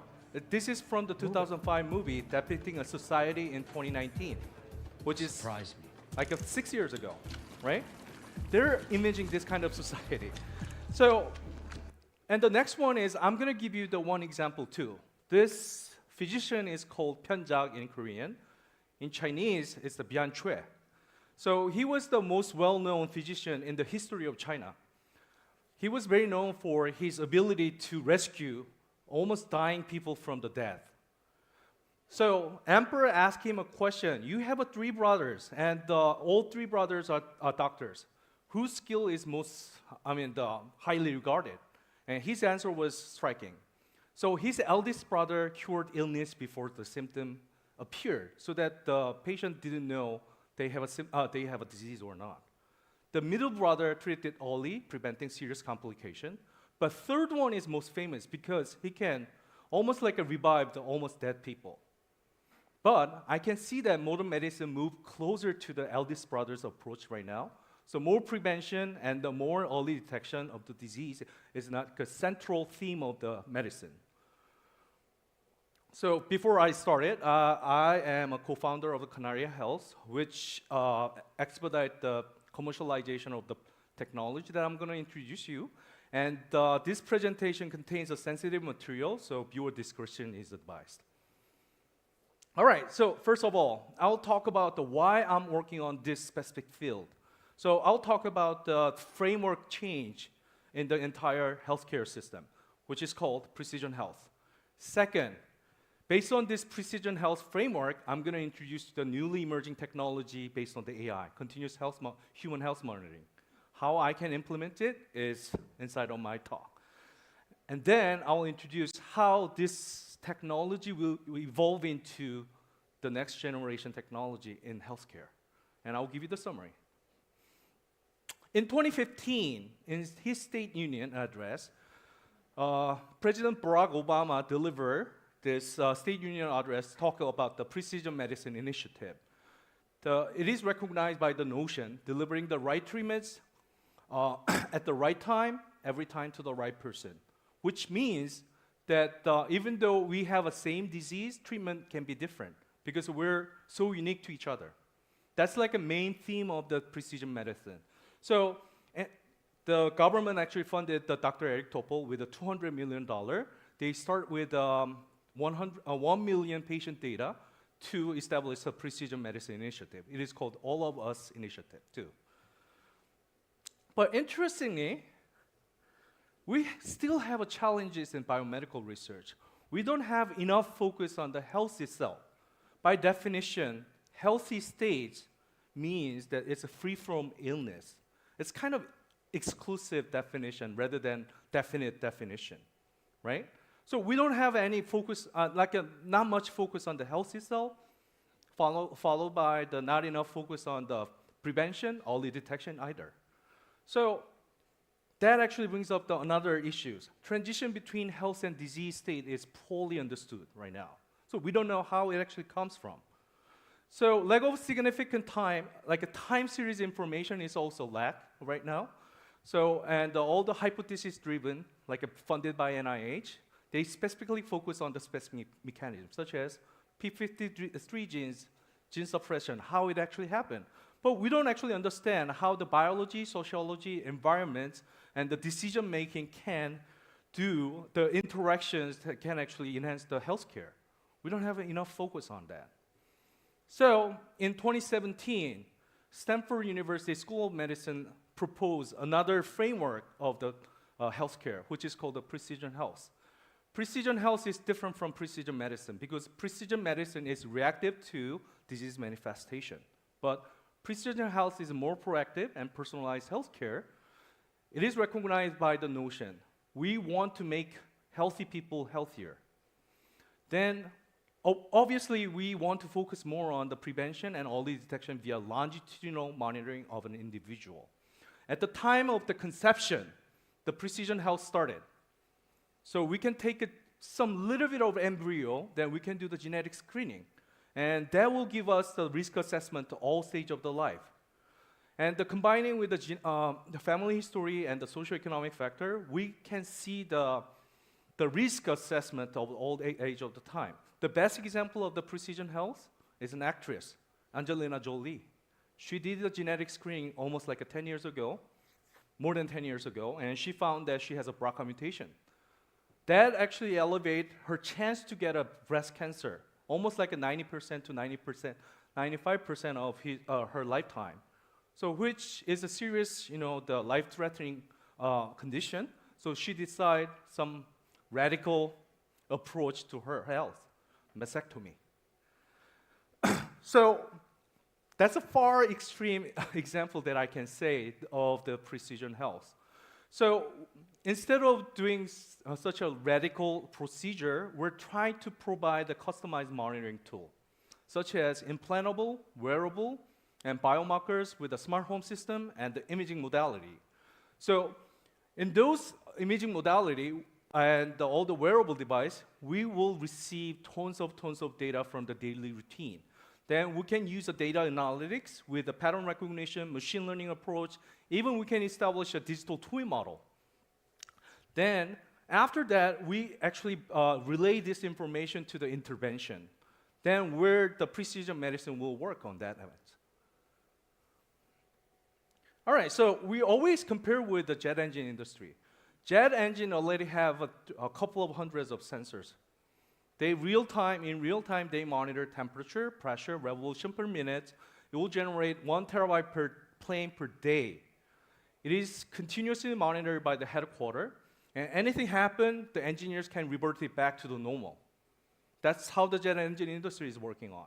But the human, especially in United States, if you believe you're healthy, statistically, we have a 1 doctor visit per year.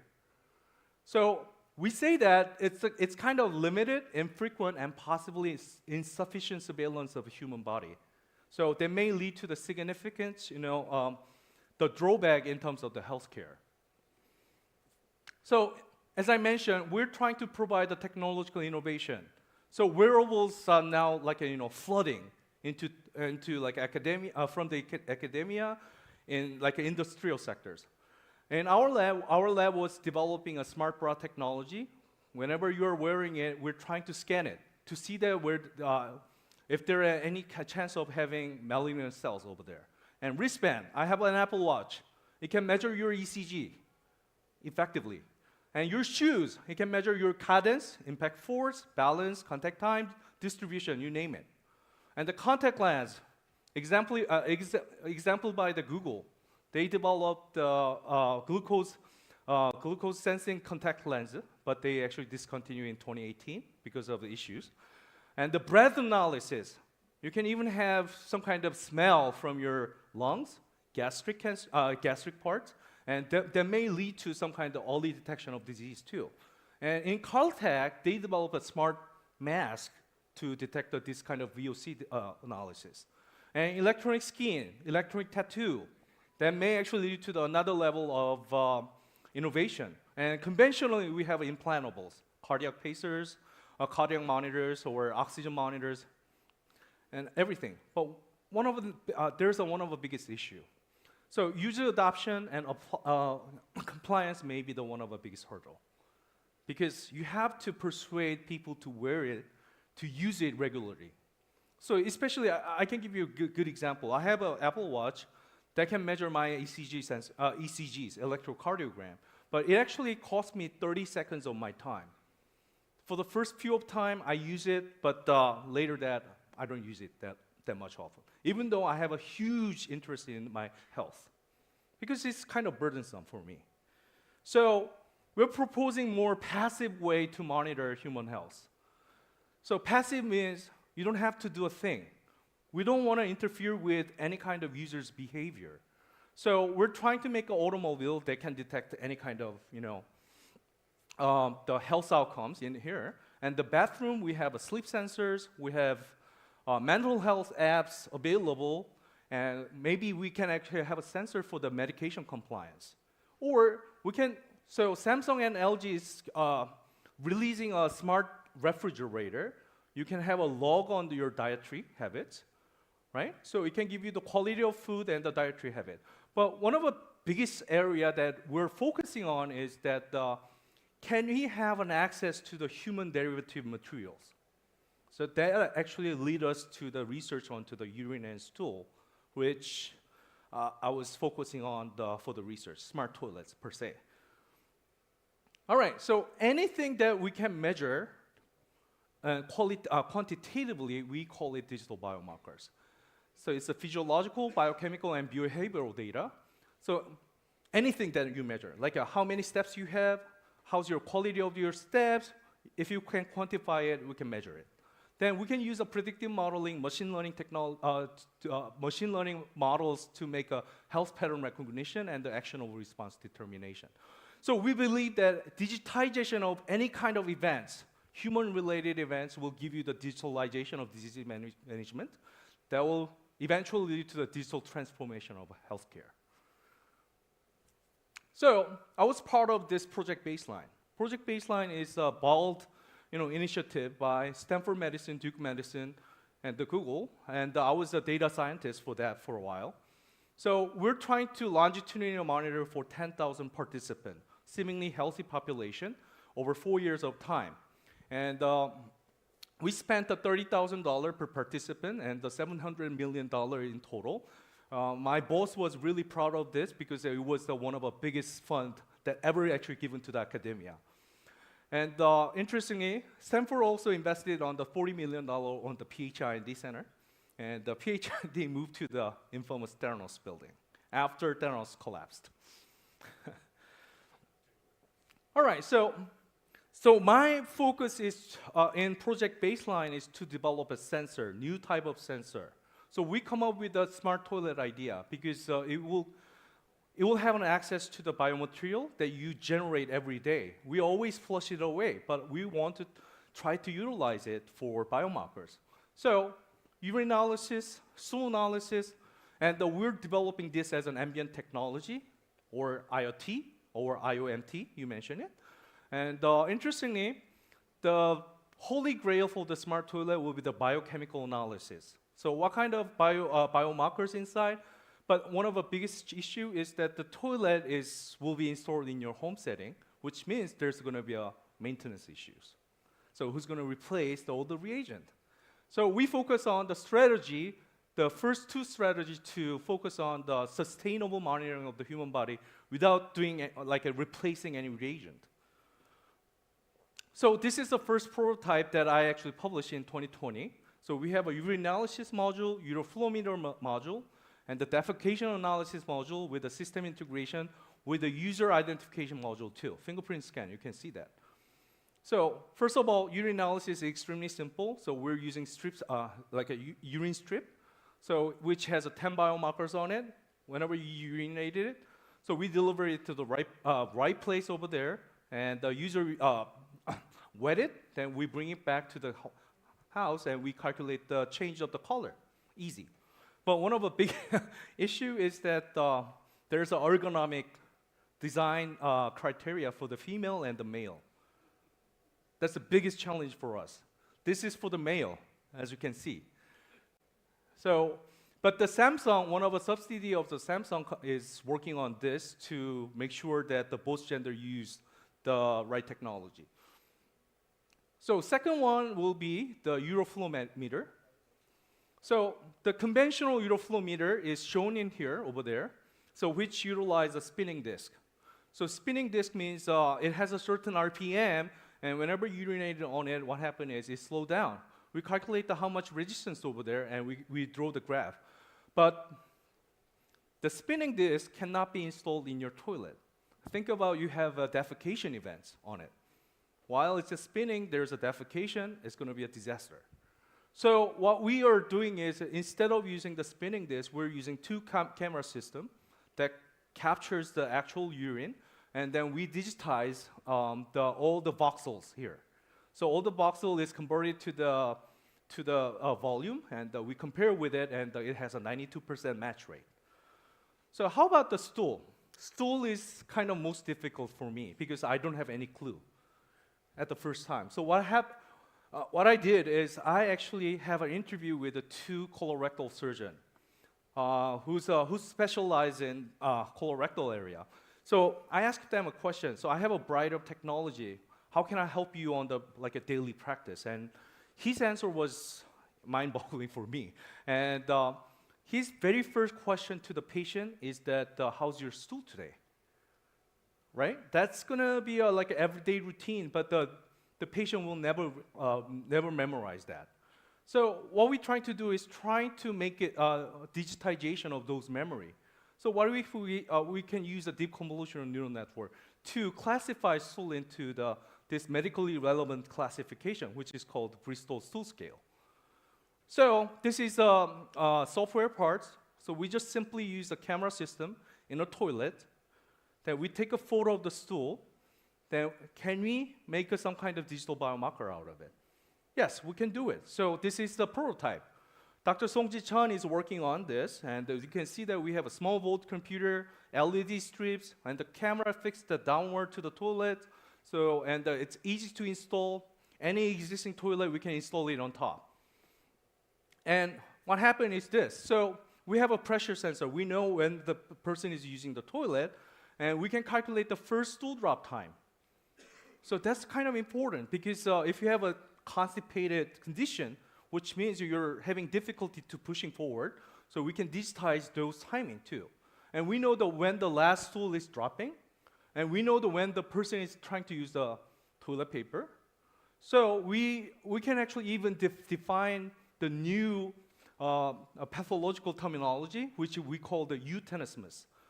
Tenesmus is a sensation that even though you finish your job, you still feel that there's something going on.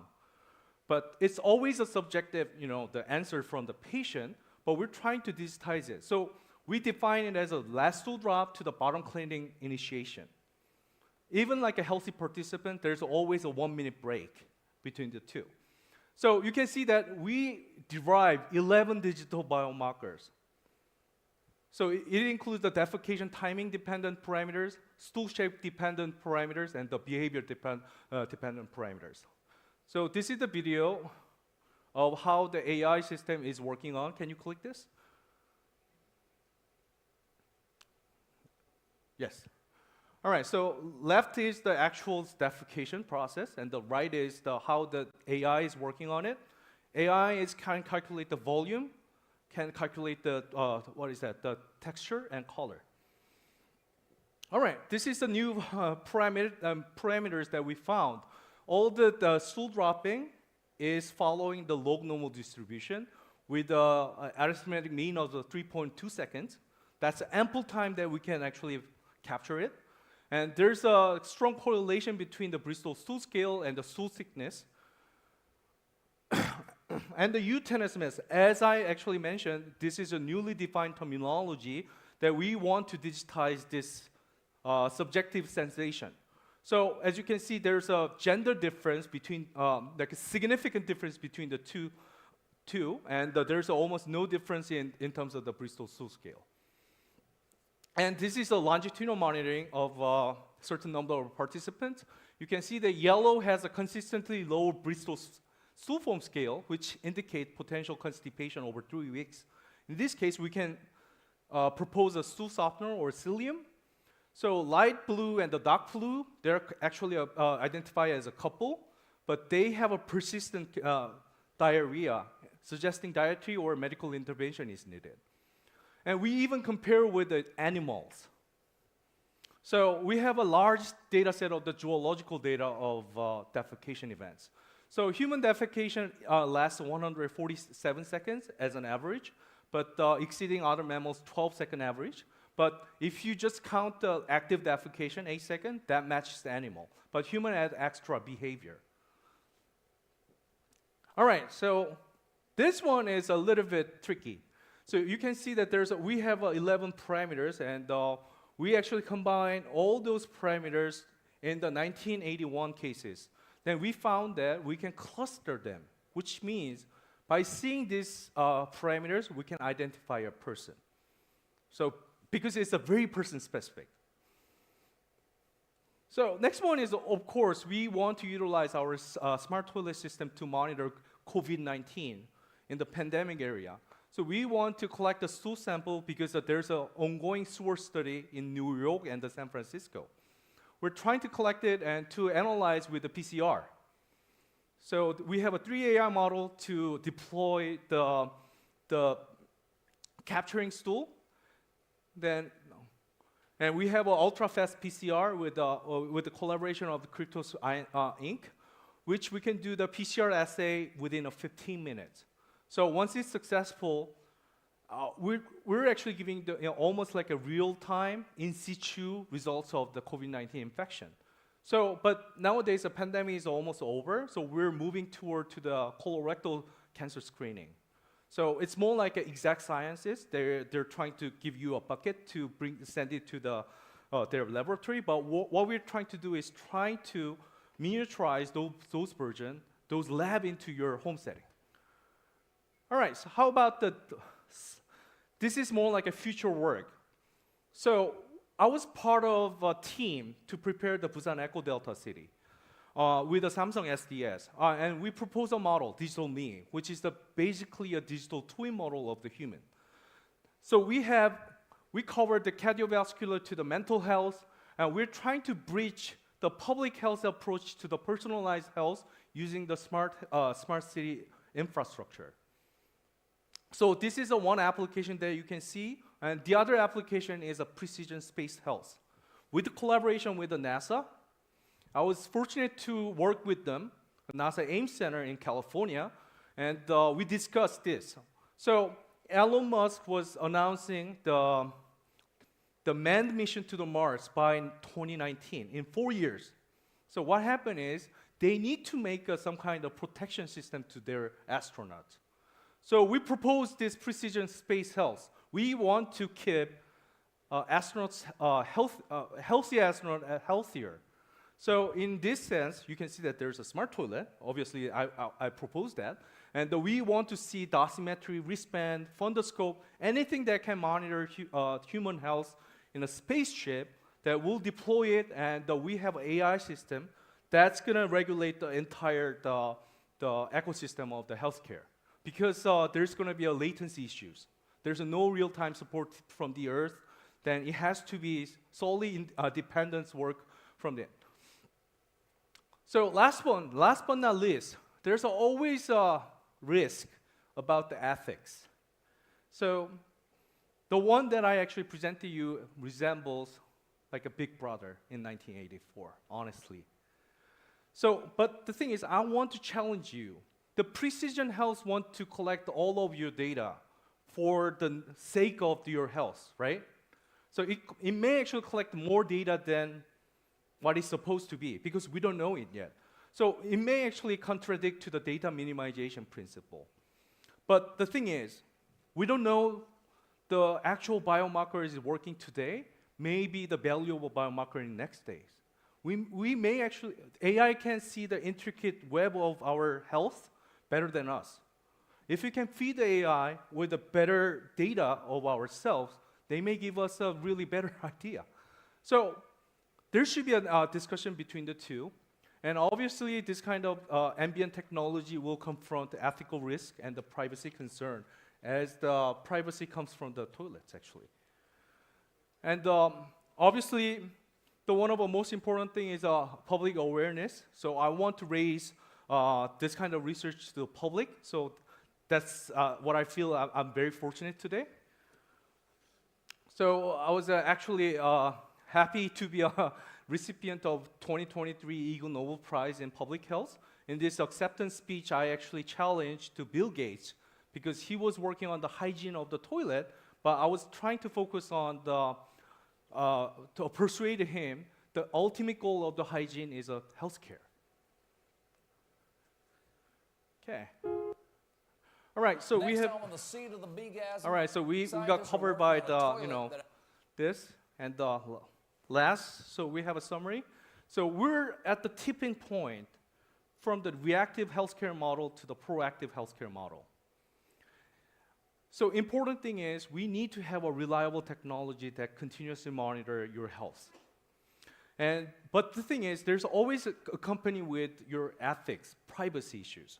So we need to consider all things all together whenever we develop it. So I acknowledge my collaborator. As you can see, most of, like half of them is the MD, medical doctors. I really value the medical personnel's opinion because even though I have a great engineering solution, if it doesn't work in the actual clinical field, it will fade away eventually.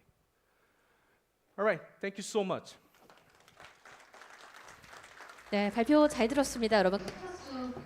Thank you very much, Mr. Mark. Please welcome. Please give him another big hand.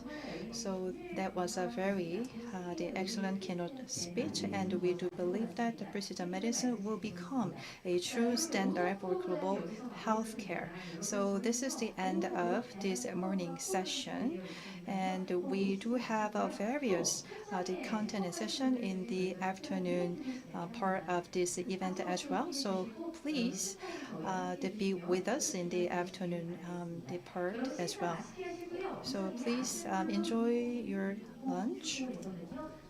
So at this conference room 201, we are going to have a forum 1 in the afternoon. Thank you very much.